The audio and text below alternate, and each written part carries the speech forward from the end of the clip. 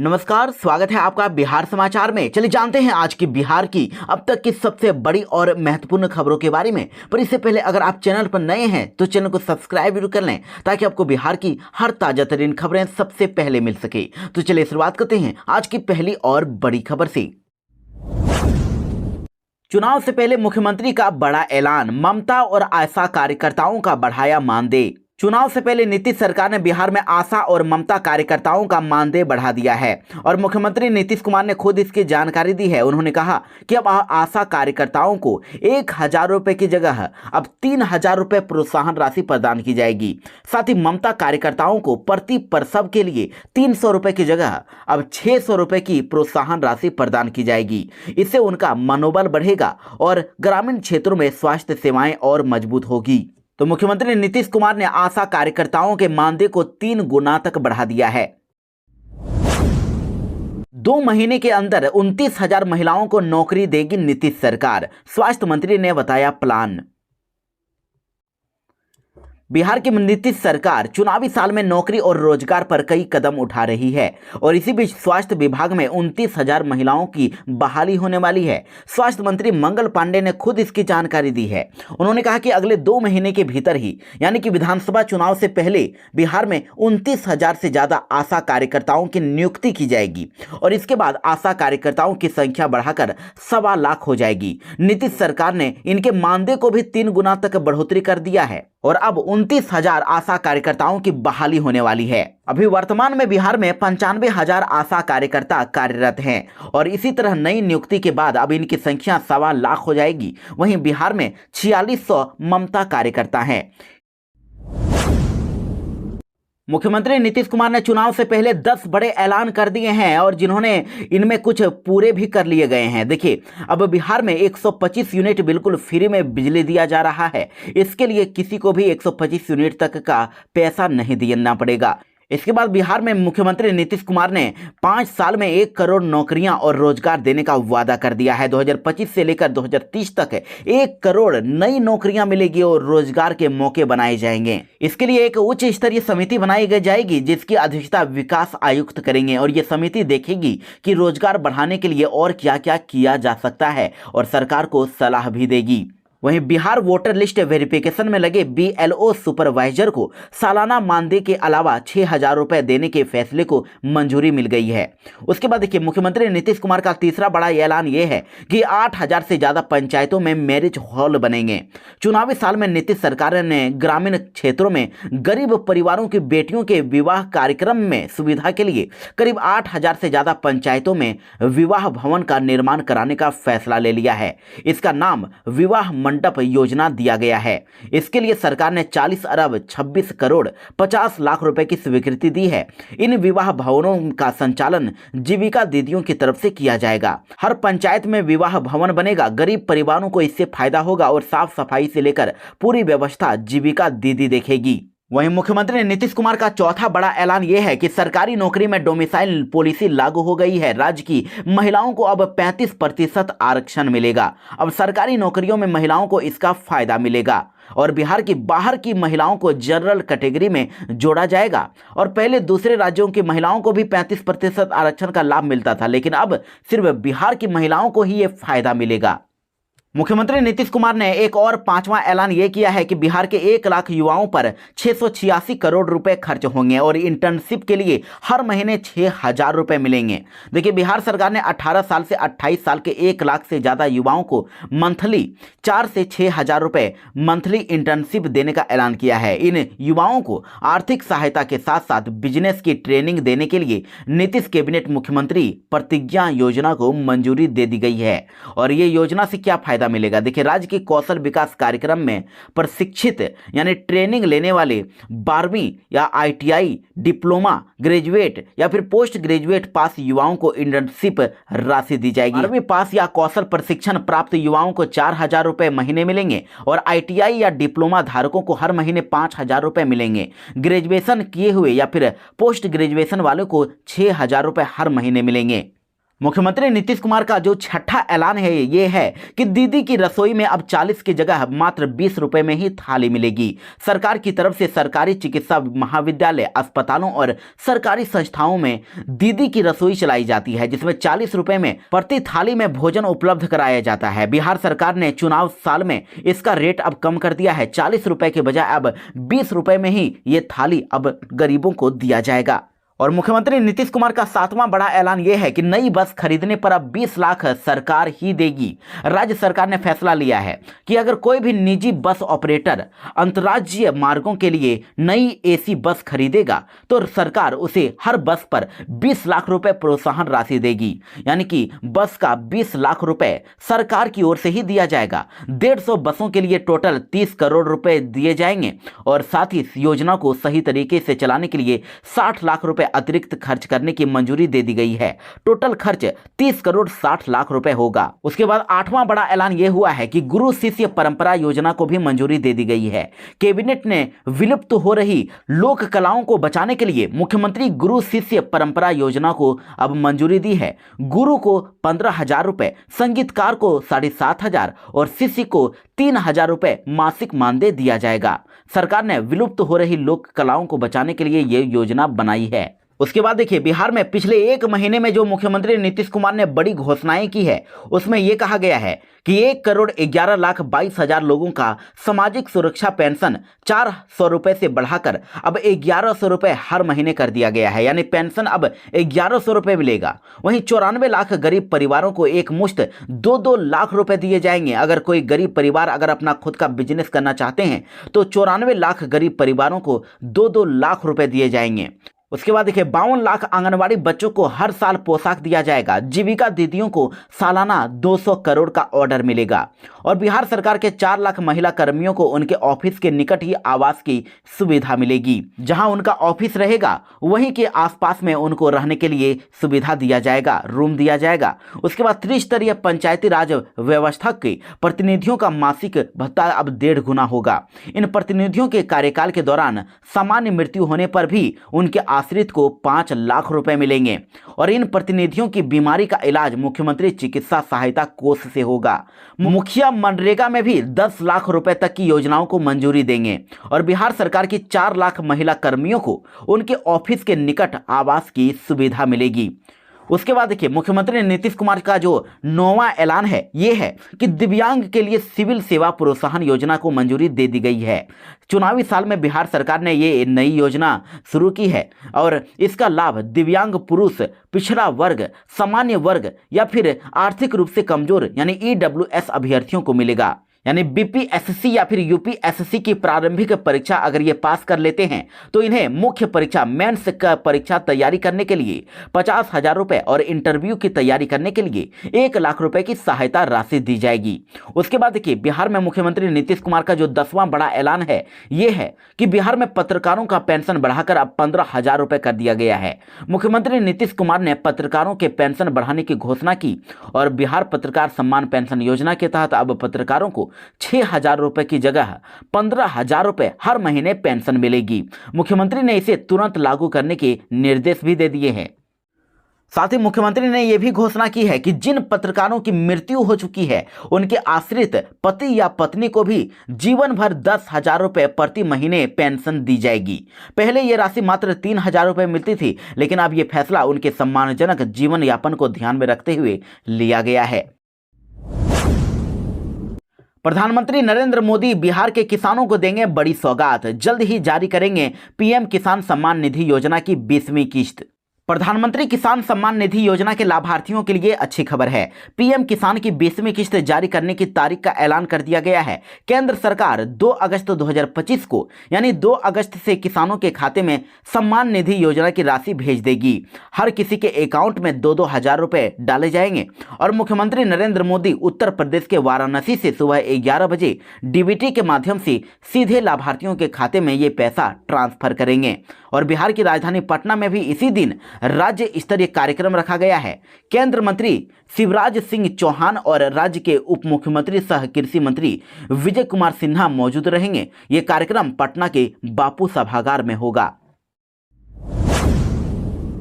1 अगस्त से बिहार के उपभोक्ताओं को मिलेगी फ्री बिजली। 125 यूनिट के लिए करना होगा कुछ नियमों का पालन। जी हां, बिहार सरकार ने बिजली उपभोक्ताओं के लिए 125 यूनिट मुफ्त बिजली योजना शुरू की है। इसका लाभ पोस्टपेड और स्मार्ट प्रीपेड दोनों उपभोक्ताओं को मिलेगा।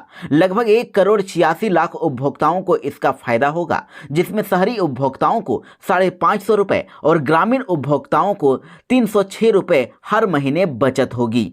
और स्मार्ट प्रीपेड उपभोक्ताओं को पहले 125 यूनिट के लिए रिचार्ज नहीं करना पड़ेगा और 125 यूनिट के बाद जितना भी आपका बिल उठेगा उसका ही आपको रिचार्ज करना होगा।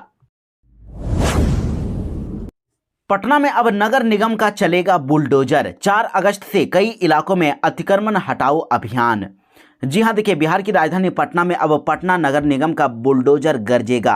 पटना शहर में विशेष अतिक्रमण हटाओ अभियान 4 अगस्त से चलेगा और ये 4 अगस्त से लेकर 30 अगस्त तक चलेगा। इसके लिए 9 टीमें गठित की गई है। इसमें प्रशासन, नगर निगम, ट्रैफिक पुलिस, परिवहन, राजस्व, पथ निर्माण और स्वास्थ्य विभाग, पुलिस विभाग, अग्निशामक, पुल निर्माण निगम और दूरसंचार, वन प्रमंडल, विद्युत सहित विभिन्न विभागों के पदाधिकारी और कर्मी शामिल हैं। जिन इलाकों में अतिक्रमण को हटाया जाएगा उनमें हर मंदिर साहिब, गुरुद्वारा, बाल लीला और कंकड़ घाट, गुरु के बाग, मोर्चा रोड और मारूफगंज मोड़ से, माल सलामी से, दीदारगंज थाना और अशोक राजपथ शामिल हैं। इसके अलावा नेहरू पथ, पटना जंक्शन, बोरिंग और बोरिंग कैनाल रोड और कारगिल चौक, गांधी मैदान, आनिसाबाद, सगुना मोड़ जैसे अहम जगहों से भी अतिक्रमण हटाया जाएगा। अभियान के लिए 5 सदस्य निगरानी टीम बनी है और प्रतिदिन टीम अभियान की समीक्षा करेगी। रक्षाबंधन के बाद इंडिया अलायंस करेंगी बड़ी रैली। तेजस्वी यादव ने कहा, यात्रा में राहुल गांधी भी साथ रहेंगे, 9 प्रमंडल कवर करेंगे। जी हां, बिहार में आने वाले विधानसभा चुनाव से पहले महागठबंधन राज्य भर में जन संवाद यात्रा निकालने जा रहा है। ये यात्रा का उद्देश्य जनता तक पहुंचकर एनडीए सरकार की नाकामियों को उजागर करना और विपक्षी एकता का प्रदर्शन करना है। इसलिए बिहार चुनाव 2025 से पहले महागठबंधन रक्षाबंधन के बाद राज्यव्यापी यात्रा निकालेगा और ये यात्रा में तेजस्वी यादव, राहुल गांधी भी शामिल होंगे और दोनों जनता के बीच जाकर एनडीए सरकार की नाकामियों को उजागर करेंगे। लालू यादव को सुप्रीम कोर्ट से लगा झटका। लैंड फॉर जॉब केस में कार्यवाही पर रोक से किया इनकार। जी हां, नौकरी के बदले जमीन देने यानी लैंड फॉर जॉब के मामले में राष्ट्रीय जनता दल के सुप्रीमो लालू प्रसाद यादव को फिर से झटका लगा है। सुप्रीम कोर्ट ने लालू यादव की ओर से निचली अदालत की कार्यवाही पर रोक लगाने से इनकार कर दिया है। शीर्ष अदालत यानी सुप्रीम कोर्ट ने लालू यादव की ओर से दायर याचिका का निपटारा कर दिया और कहा कि दिल्ली हाईकोर्ट में इस संबंध में याचिका लंबित है। आशा और ममता कार्यकर्ताओं की प्रोत्साहन राशि बढ़ाने पर तेजस्वी यादव ने बिहार सरकार पर कसा तंज। कहा, सिर्फ नकल ही करोगे या अपनी भी अकल लगाओगे। बिहार सरकार के द्वारा आशा और ममता कार्यकर्ताओं की प्रोत्साहन राशि दोगुनी किए जाने पर तेजस्वी यादव ने सरकार को घेरा है। उन्होंने कहा कि यह फैसला हमारी पुरानी मांग और योजना की नकल है। तेजस्वी यादव ने सरकार को विजनहीन और नक्सली बताया और मुख्यमंत्री नीतीश कुमार के इस ऐलान के बाद तो नेता प्रतिपक्ष तेजस्वी यादव ने तीखा हमला बोला और पूछा है कि सिर्फ नकल ही करोगे या अपना भी अकल इस्तेमाल करोगे। बिहार में शराबबंदी के बीच 994 लीटर विदेशी शराब हुई बरामद। ट्रक के तहखाने से मिली 115 पेटी। बिहार में शराबबंदी लागू है, इसके बावजूद भी शराब तस्करों की गतिविधियां थमने का नाम नहीं ले रही है। ताजा मामला गोपालगंज जिले के मोहम्मदपुर थाना क्षेत्र से सामने आया है, जहां गोपनीय सूचना के आधार पर बड़ी कार्रवाई करते हुए पुलिस ने एक ट्रक से छिपाकर रखी गई 994 लीटर विदेशी शराब बरामद की है और जानकारी के अनुसार मोहम्मदपुर थानाध्यक्ष संदीप कुमार के नेतृत्व में ये कार्रवाई की गई। वहीं मौके से 2 शराब तस्करों को गिरफ्तार भी किया गया है और पूछताछ में उन्होंने बताया है कि शराब को उत्तर प्रदेश से लाकर बिहार के मुजफ्फरपुर भेजा जा रहा था, जहां इसे बेचने की तैयारी थी। फिलहाल पुलिस गिरफ्तार तस्करों से गहन पूछताछ कर रही है और ये पता लगाने की कोशिश कर रही है कि ये तस्करी के पीछे कौन कौन लोग शामिल हैं और इसका नेटवर्क कितना बड़ा है। देखिए बिहार में इस बार बेटा सैमसंग और पिता आईफोन और मां स्मार्टफोन का आवेदन मिला है, जिसको देखकर सीईओ भी सख्ती में आ गए हैं। जी हां, बिहार में एक बार फिर से सरकारी डॉक्यूमेंट प्रणाली का मजाक उड़ाने की कोशिश की जा रही है। देखिए पटना जिले के मसौढ़ी में कुत्ते के नाम से आवासीय प्रमाण पत्र बनाने की घटना के बाद अब बगल के जहानाबाद जिले में भी एक फर्जी आय प्रमाण पत्र के लिए ऑनलाइन आवेदन कर दिया गया है, जिसमें नाम, पता और अभिभावकों के विवरण को लेकर बेहद ही अजीबोगरीब जानकारियां दी गई है। देखिए दरअसल ये मामला मोदनगंज अंचल का है, जहां एक आवेदक ने ऑनलाइन आय प्रमाण पत्र बनाने के लिए आवेदन किया और आवेदन में नाम सैमसंग, पिता का नाम आईफोन और माता का नाम स्मार्टफोन और पत्ता गड्ढा लिखा गया है। और ये फॉर्म जब अंचल कर्मियों के पास पहुंचा तो वो चौंक गए और तुरंत ही इसकी सूचना अंचलाधिकारी यानी सीईओ मोहम्मद आसिफ हुसैन को दी गई। उन्होंने कहा कि यह शरारत जानबूझकर की गई है और दोषी की पहचान करके उसके खिलाफ कड़ी कानूनी कार्रवाई की जाएगी। अब खाकी ड्रेस पहनेंगे बिहार के बस ड्राइवर और कंडक्टर। महिलाओं के लिए जल्द ही सीटें होंगी आरक्षित। बिहार राज्य पथ परिवहन निगम यानी बीएसआरटीसी की बसों में अब यात्रियों की सुविधा और सुरक्षा को बढ़ाने के लिए कई महत्वपूर्ण बदलाव लागू किए जा सकते हैं। परिवहन विभाग की समीक्षा बैठक में निर्णय लिया गया है कि सभी बस ड्राइवर और कंडक्टर अब खाकी वर्दी और नेम प्लेट पहनेंगे। इसके साथ ही बसों में आगे की 4 पंक्तियों की सीटें महिलाओं के लिए आरक्षित होगी, जिसमें सिर्फ महिलाएं ही बैठेंगी। सारण, रोहतास और मधुबनी में अतिरिक्त ड्राइवर टेस्टिंग ट्रैक भी बनाए जाएंगे और पुरानी बसों की फिटनेस जांच अनिवार्य होगी। आपकी जमीन के कागजात में अगर कोई भी गड़बड़ी है तो हो जाइए तैयार। बिना खर्च के ही नाम, खाता, खेसरा, रकबा, लगान में होगा सुधार। आपके घर पहुंचेंगे राजस्व कर्मी। बिहार में राजस्व महाअभियान की शुरुआत होने जा रही है। देखिए राजस्व एवं भूमि सुधार विभाग की ओर से 16 अगस्त से 20 सितंबर तक ये अभियान चलेगा और इस अभियान का मुख्य उद्देश्य भूमि संबंधी यानी जमीन से रिलेटेड डॉक्यूमेंट में पारदर्शिता लाना और जनता को जमीन से जुड़ी जरूरी सुधारों की सुविधा सीधे उनके द्वार तक पहुंचाना है। और इस राजस्व महाअभियान के तहत बिहार भर में डिजिटाइज्ड जमाबंदी में गलतियों का सुधार होगा। छूटी हुई जमाबंदियों को ऑनलाइन किया जाएगा। उत्तराधिकार नामांतरण और बंटवारा नामांतरण जैसे मामलों का समाधान किया जाएगा। इसके साथ ही नाम, खाता, खेसरा, रकबा, लगान जैसी अशुद्धियों यानी कि कोई भी गलती है तो उसको ठीक किया जाएगा। साथ ही ऑफलाइन जमाबंदी को डिजिटल प्लेटफॉर्म पर लाया जाएगा। रैयत की मृत्यु के बाद उत्तराधिकारियों के नाम पर जमाबंदी कराई जाएगी और संयुक्त जमाबंदी के मौखिक बंटवारे के बावजूद अंशधारकों के नाम से भी अलग से जमाबंदी सुनिश्चित की जाएगी। और इसके लिए देखिए टीम ही 16 अगस्त से 15 सितंबर तक घर घर जाकर लोगों को उनकी जमाबंदी की प्रति देंगी और हल्का शिविर में उनके आवेदन लिया जाएगा ताकि किसी को अब ऑफिस के चक्कर नहीं काटने पड़ेंगे। 1 अगस्त को पब्लिश होगी बिहार वोटर लिस्ट। 1 सितंबर तक दर्ज कराएंगे अपनी आपत्ति। 30 सितंबर को आएगा फाइनल लिस्ट। जी हां, बिहार में 1 अगस्त को वोटर लिस्ट प्रकाशित हो रहा है। इसके बाद मतदाता सूची यानी वोटर लिस्ट सभी राजनीतिक दलों को उपलब्ध कराया जाएगा, जिसके बाद दावे और आपत्तियों के निस्तार की प्रक्रिया 1 अगस्त से 1 सितंबर तक चलेगी। उसमें भी वैध मतदाता पाए जाएंगे। उसमें जो भी वैध मतदाता यानी कि वैलिड वोटर्स पाए जाएंगे उनके नाम फाइनल लिस्ट में शामिल कर लिए जाएंगे और फाइनल लिस्ट का प्रकाशन 30 सितंबर को होगा। चुनाव आयोग ने सभी राजनीतिक दलों और आम मतदाताओं से कह दिया है कि यदि 1 अगस्त को प्रकाशित होने वाली प्रारूप मतदाता सूची को लेकर उन्हें अगर कोई भी आपत्ति है, अगर उसमें कुछ भी गड़बड़ी है, किसी का नाम गलती से जुड़ या फिर हट गया है, तो वह उसे लेकर अपने विधानसभा क्षेत्र के संबंधित मतदाता पंजीयन अधिकारी यानी ERO के पास 1 सितंबर तक फॉर्म भरकर आपत्ति दर्ज कर सकते हैं। उसे ठीक किया जाएगा। गांधी मैदान और श्री कृष्ण मेमोरियल हॉल की अब ऑनलाइन होगी बुकिंग। जल्द ही नई सुविधा के लिए वेबसाइट होगा तैयार। जी हां, देखिए पटना में गांधी मैदान और श्री कृष्ण मेमोरियल हॉल की ऑनलाइन बुकिंग बहुत ही जल्द सुविधा शुरू होने वाली है और इसके तहत यूजर फ्रेंडली वेबसाइट लॉन्च की जाएगी, जिससे लोगों को आरक्षण प्रक्रिया में आसानी होगी। पटना में तस्करी के लिए रखे गए थे 30 जहरीले सांप बरामद हुए। गैंग के 5 सदस्य भी हुए गिरफ्तार। जी हां, वन विभाग की टीम ने पटना में बड़ी कार्रवाई करते हुए सांप तस्करी रैकेट का भंडाफोड़ किया है। छापेमारी में 30 जिंदा सांप बरामद किए गए हैं, जिनमें कई जहरीले प्रजातियों के सांप हैं और मौके से 5 तस्करों को भी गिरफ्तार किया गया है। राजधानी पटना के गोरीचक थाना क्षेत्र के अंतर्गत बाकरचक गांव में वन विभाग ने गुरुवार और मंगलवार को एक गुप्त सूचना पर यह बड़ी कार्रवाई की। इस ऑपरेशन में सांपों की अवैध तस्करी में शामिल एक सक्रिय गिरोह का भंडाफोड़ किया गया है। पटना मेट्रो का ट्रायल रन हुआ शुरू। 15 अगस्त से दौड़ेगी ये ट्रेन।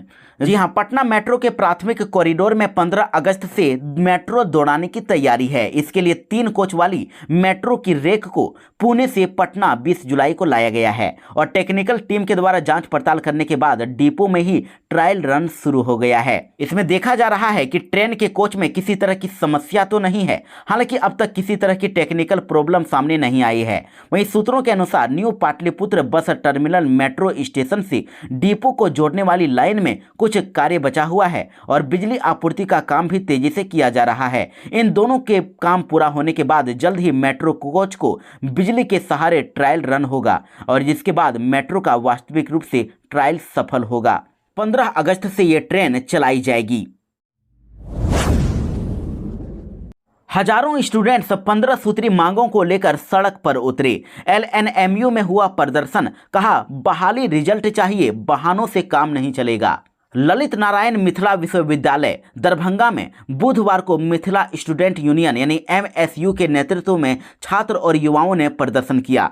15 सूत्री मांगों को लेकर आंदोलन इन्होंने किया और विश्वविद्यालय परिसर के गेटों पर और सड़कों पर छात्र छात्राओं की भारी भीड़ उमड़ पड़ी और बहुउद्देशीय भवन से निकली 2 कतारों वाली अनुशासित रैली में शामिल छात्रों के हाथों में बैनर, तख्तियां और झंडे थे। नारों की गूंज दूर दूर तक सुनाई दे रही थी और एमएसयू जिंदाबाद, कुलपति जवाब दो, छात्र संघ चुनाव कराओ, रिजल्ट दो, डिग्री दो के नारे लग रहे थे। वहीं मिथिलावादी पार्टी के राष्ट्रीय अध्यक्ष अविनाश भारद्वाज ने कहा है कि अब मिथिला के छात्रों को डराकर कोई नहीं रख सकता। प्रशासन को चाहिए कि छात्रों की मांगों को गंभीरता से लें और एमएसयू विश्वविद्यालय संयोजक अमन सक्सेना ने कहा कि अब छात्र जाग चुके हैं। बहाली चाहिए, रिजल्ट चाहिए, नियमित सत्र चाहिए, बहानों से काम नहीं चलेगा। और साथ ही विश्वविद्यालय अध्यक्ष अनिश चौधरी ने चेतावनी देते हुए कह दिया है कि 15 दिनों के अंदर यदि कुलपति छात्र प्रतिनिधियों से संवाद नहीं करते हैं तो कुलपति आवास को अनिश्चितकालीन घेराव होगा।